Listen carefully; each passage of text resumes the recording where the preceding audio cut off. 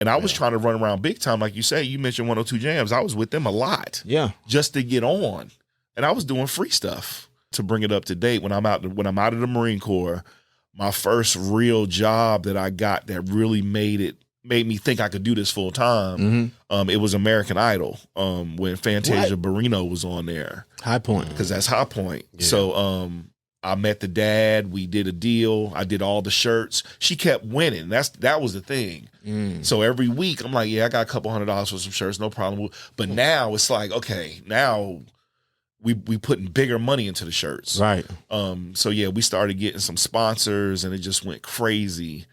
Then she won. And I pretty much heard from her since. So, that's just a whole nother thing. But yeah. But it's okay, Fantasia. It's part of the process. Yeah. But one thing you said in that process, though, that is important for people, you did some things free initially. Oh, yeah. Everything, man. In the beginning, if you are going up that thing where you got something that nobody else knows, you got to give it to them. Right. So there was times where I would spend $750 on shirts, and back then that was a lot of money. It's a lot of money right now. Well, yeah. And I would pull up, I would pop the trunk, and I would give all the Fantasia shirts away. Wow. Just to make sure they all had one. And you had your logo or something somewhere on it? You best believe it. And in the beginning, they'd be like, why you put your logo on there? Because back then, I really didn't know. Besides Sud. Sud was another one that started putting his brand together back then. But outside of him, nah. It was me and Sud, and I don't know of anybody else that was doing it like us. Right. Now, I do have friends that they wind up going to Echo and drawing pictures for Echo and them. Like, because I got some hitters that could draw their ass off. Yeah. But I went another way. So it was hard at first, but now it's getting better. Yeah. Did you ever do anything with Boondocks? Because when I be looking at some of your stuff, man. Yeah, that's crazy that you say that too. In the beginning of my career, I guess, when I was giving away stuff, I met this guy. His name. I'm not gonna say his name because that's just gonna bring up more shit. Say his name. Bleep it out. I want to know it. Oh, you want to know it? I'll tell. I'll bleep it out. I mean, no, it's not a thing to me. I mean, whatever. I don't want no beef with you, brother, but you know that it could have went another way. His name is Carl Jones. Okay. So if you look at all the Boondocks shit, stuff, you see his name up there. And I've never seen a Boondock episode at all. I don't watch them at all. And it's because of that interaction with Carl, where when he couldn't do something, I helped him do it. I gave him the knowledge to do it. I gave him this. I gave him my program to do it. Right. And I'm not gonna say he went off and had to deal without me, but it feels like that over the years. But I'm not bitter about it now. I mean, shit, it's been so long. I'm over it now. But yeah, the Boondocks thing is just, it's crazy that crew that was there at the time, how that little guy has my hair. He has my. That's what I'm saying. I don't know anything about this. That's what I'm saying. I just looked at your work. Yeah. And I'm like, yeah. I feel like some similarity because like drawing can be just like a signature. Yeah. You know what I'm saying? Like certain people got a certain little touch. Yeah. I really feel like that is what happened. But when they got success, you sell it to Sony, and Sony is able to really make it look the way it's supposed to look. You know, they're really, because that's what they do. And really, all of that stuff comes from that anime style of drawing. Right. But when I was younger, I couldn't afford the book, so I had to come up with my own style. And I've never talked to Carl about this. He's never. I've reached out to him. For whatever reason, he's mad at me. But my whole thing, he got a reason to be mad at you. Well, see, I don't know. It has to come from that Marine Corps thing, because remember, I was younger. I had just got out the Marine Corps. Yeah, I was really, really aggressive. Right. So that's who he met. Gotcha. He met that aggressive guy. Like, yo, I'm tired of asking these people for something. We need the money. So I get why he probably was like, "Ooh, I'm not gonna bring that into this new circle I'm in." I get it, but he knows people who knows me, like that's my man, and we could have talked about it at least. Definitely could have had a conversation. You know what I'm saying? Yeah, you like, look, you coming over here, you need to kind of be like this. You know what I'm saying? I know it's a different thing, but we trying to get something done. Yeah. Because game can be reciprocated. You gave him game on like the animation and stuff like that. He could reciprocate and tell you like, yo, this is how we maneuver in these corporate, you know what I'm saying, situations. I would have loved that. But you know, he was a hood guy too. You know, we was all coming from High Point. So it's like, what do you tell somebody where he's going through it too? And I know this now that I'm older. Yeah. He was going through a set of stuff, you know, so I know that he wasn't thinking about me when he going through it. Right. So I'm not really, you know, so, but it's a lot of similarities, but then a couple of, it had to be like right before COVID or right when COVID was wearing masks, the Boondocks people called me, and this is real. Like they called me out of the blue. And they, one of their representatives asked me if I wanted to draw the new. It was coming back. It was about to be a new thing. Right. So I was in the talks, and Aaron McGruger saw the work, and so I was in talks with them. It never went through because, of course, they got the original guy to come back and do it for the bread. But just to know that Aaron McGruger and that whole side of it saw that it's not a game over here. Right. That's really my vindication, because I really don't have to talk to nobody else. The man saw it. Right. He wanted me to do it. But the Chinese guy came back. I mean, I would have done that. Yeah. If I got the Chinese guy, and that's all he knows is the mimic and do this, but he does it at a high level. Right. I mean, why wouldn't I have him do it? It's a business decision. Yeah, so I'm not mad at nobody, bro. God has blessed me all day. Yeah, that's dope. So you grew up watching anime? Where we could, you know, I am before the internet, so it was like on them VHS old type of vibes. But even the way the Chinese movies were created, where Bruce Lee would kick everybody's butt in the room, it'd be 50 of them, and you know that wouldn't happen in real life. Right. So that's the type of energy that I put into my pictures. Right. You know, where it's probably not possible, but the fact that I'm doing it and you know I did it, I make it possible. Right. You know, right. That's kind of my thing.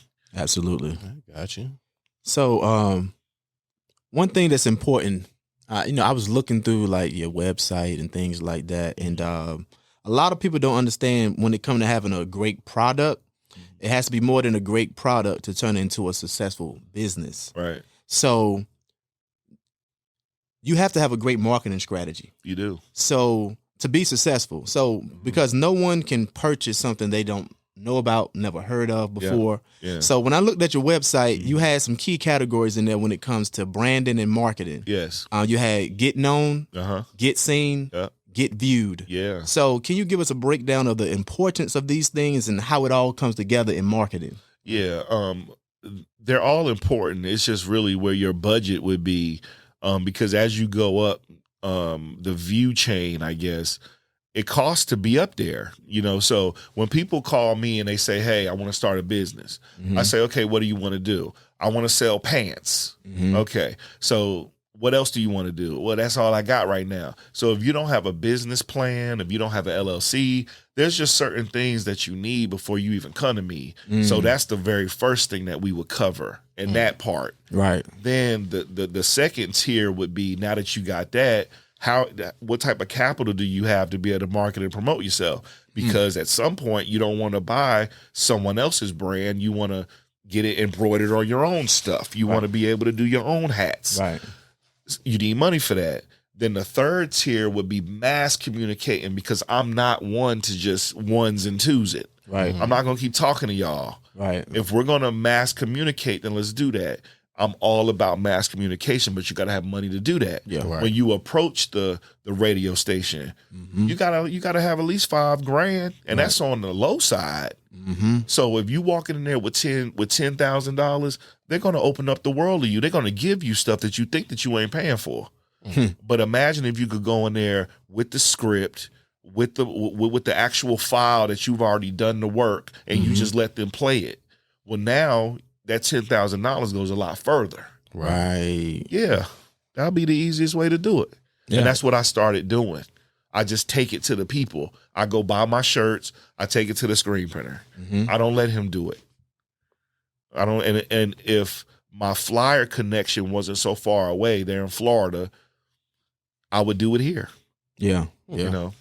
I feel you, man. It all makes sense. Yeah. So, just going through all that that was like a business note. On a more of a personal note, also, through this journey in life, what has been a key life lesson for you and a major mistake that you learned from? Okay. That girls lie. That's the number one thing. If as you grow up in this journey, a lot of us, we just believe what girls say. We just believe it. Oh, you ain't cheating on me. I know she ain't. That's my boo. Okay. So that's the biggest thing that I've learned. And once you take that energy and you turn it into something else, you can have a successful career at anything. But we get pulled into the girl thing. Right. That's why marriage, is good. You got one girl, you don't have to worry about nobody else. You go focus on something. But I do a business where 90% is women. I'm a photographer. I take the girls be half naked. But I don't tell them what to wear. I don't tell them how to wear it. They show up and they like, well, I want to wear this. I'm like, okay. The only thing I try to do is put some dignity on it. Right. I don't have them try to bust it open or do nothing crazy in there. Yeah. But that's crazy you mentioned that. You're gonna make me skip to actually I had a question regarding that. So since you brought it up, I'm gonna fast forward a little bit. Okay. Because I saw a young lady on Facebook this week. She's a known model in the area, and she was complaining about creeps. Oh yeah. Who are behind the lens. Yes. And she was warning ladies not to accept certain things, and said that do their due diligence before going to a studio or whatnot. Yeah, you should. So in professional photography, like you do, I've seen you work with a plethora of different clients in the industry. Yeah. And then what has been your approach to keeping such a diverse clientele, and how do you keep them comfortable to create a great product? And that's what they're paying for anyway at the end of the day. Yeah. I'm telling you, this is gonna be big for y'all. The thing with me, I stopped relying on other photographers to help me. So I went and bought my own camera. I got my own studio. I got my lights. I got the whole thing, and I made my studio private. So now you could be a celebrity. You come to my studio, ain't nobody gonna bother us, ain't nobody gonna know we here. We coming up the side. So it's not open to the general public at all. Right. So unless you have something to do with something, you don't even talk to me. Like I'm not just gonna be one like everybody else. And she's right. The creeps are out there. Yeah. I used to come, I come from a group of photographers that I try to really be their friend at first. But sometimes you could do some creepy stuff, and I'm looking at you a little weird. And something happened one time, and I had to kind of check somebody, and I would say his name, but I'm not. No. He died. God bless him. Yeah. But that made me change the way that I interact with people altogether. Right. So I said, in order for me to stay out of jail and stay sane and not have all these girls thinking I'm just trying to get them naked. Right. I had to pull away and say, if you want to come mess with me, this is what we're doing. Right. And we're taking an artistic approach to this thing. Right. Just not to have your boobs and your butt out. Yeah, because what's so interesting with your photography, I can see a woman that maybe even have her boobs, not completely out, but somehow you are tied together with some background, but it's not even looking like the focus is not her boobs. Right. It's more so the theme. Yes. So how do you do that? Like, it's hard for a man to just not look at the boobs, but when they see your stuff, it feels like this is the theme that he's projecting, or the visual, like the vision that they had. Yeah, because I'm a graphic designer, so I take pictures in reverse, where I already kind of see what I want the model to be doing, and I just need her to do A, B, C, and D, so I'm going to cut her out. So if she's eating an apple and we don't have an apple, I just need her hand to be a certain way, like she's biting the apple. And I'll put the apple in her hand and put it by a tree and put a worm coming out the apple. And then have a leaf blowing off the tree that's covering up her nipple. So because the old way of doing it is just take a scribble and just scribble over it. Right. But that gets old real quick. Right. So and the younger generation, like y'all think so fast. You got to be able to keep up with it. So that's how all of that stuff is an evolution on if you're a real graphic designer, you're just not out taking 1,000 pictures. Right. You take 10 pictures. Okay, I got it. You could go. They'd be like, we're done. Yeah. And then when you see it, it's like, oh my God, you did this with this little time. Yeah. Yeah, because I don't have time to waste. Yeah. Yeah. Yeah, that's crazy. Yeah. Like, did you see how fast he put it together? Yeah. That little leaf go across the nipple. Like, They just that's what I'm telling you. Like, he got one of the most creative minds that I've seen. And I'm a creative. You know what I'm saying? So I appreciate when I see someone that's really dope and can tap into those things. Oh, thank you, man. Thank you so much. Oh, yes, sir. Now, you said graphic designer, photographer. What's the differences between a graphic designer and a photographer? Because a photographer can't just do what a graphic designer does. Never. So yeah, that you said it. That's the difference. Like, I hate to say it, but I mean, if you give somebody a $10,000 camera with the lights and the whole setup, you could get a monkey to take the picture. You can get anybody. I mean, you can get a little baby to come and just hold the camera up, goo goo gaga, and all this stuff is going to hit them. Right. But in order for you to have something that you don't have that setup, you don't have all that stuff, and you're still able to get those dynamic shots. It's really all about my angles. It's about my lighting. My lighting be crazy. I'll put a light over in the corner, and I'll light the whole room up just to get a little splash across her face. But those are the things that I would have to do because I don't have that big setup. And then when you grow up, I mean, I'm not going to say my mom, we were poor, but when you grow up and we're not able to do the things that we would normally want to do, I'm able to do things with less. Right. If you give me a piece of paper and a pencil, I could draw you a picture. Right. Now, if you give me the computer, I'm going to make it into a thing. Right. But it'll come from I could do it all day. That's why when people say, yeah, I could draw. Yeah. If you really can draw, I'll give you a piece of paper and a pen and show me in 10 minutes what you come up with. Because when I'm done, I'll be able to sell it. Ooh. When I'm finished, I'll draw you a picture and I'll be able to put it on a shirt and sell it, and it'll sell. Man, I believe it. Crazy. Yeah, man, it's real out there because I believe in what I do. Right. Yeah, I do it every day. What keep you motivated though? Like to keep your mind going like Marine that? Corps. That's why I tell you, Marine Corps, because I think about boot camp.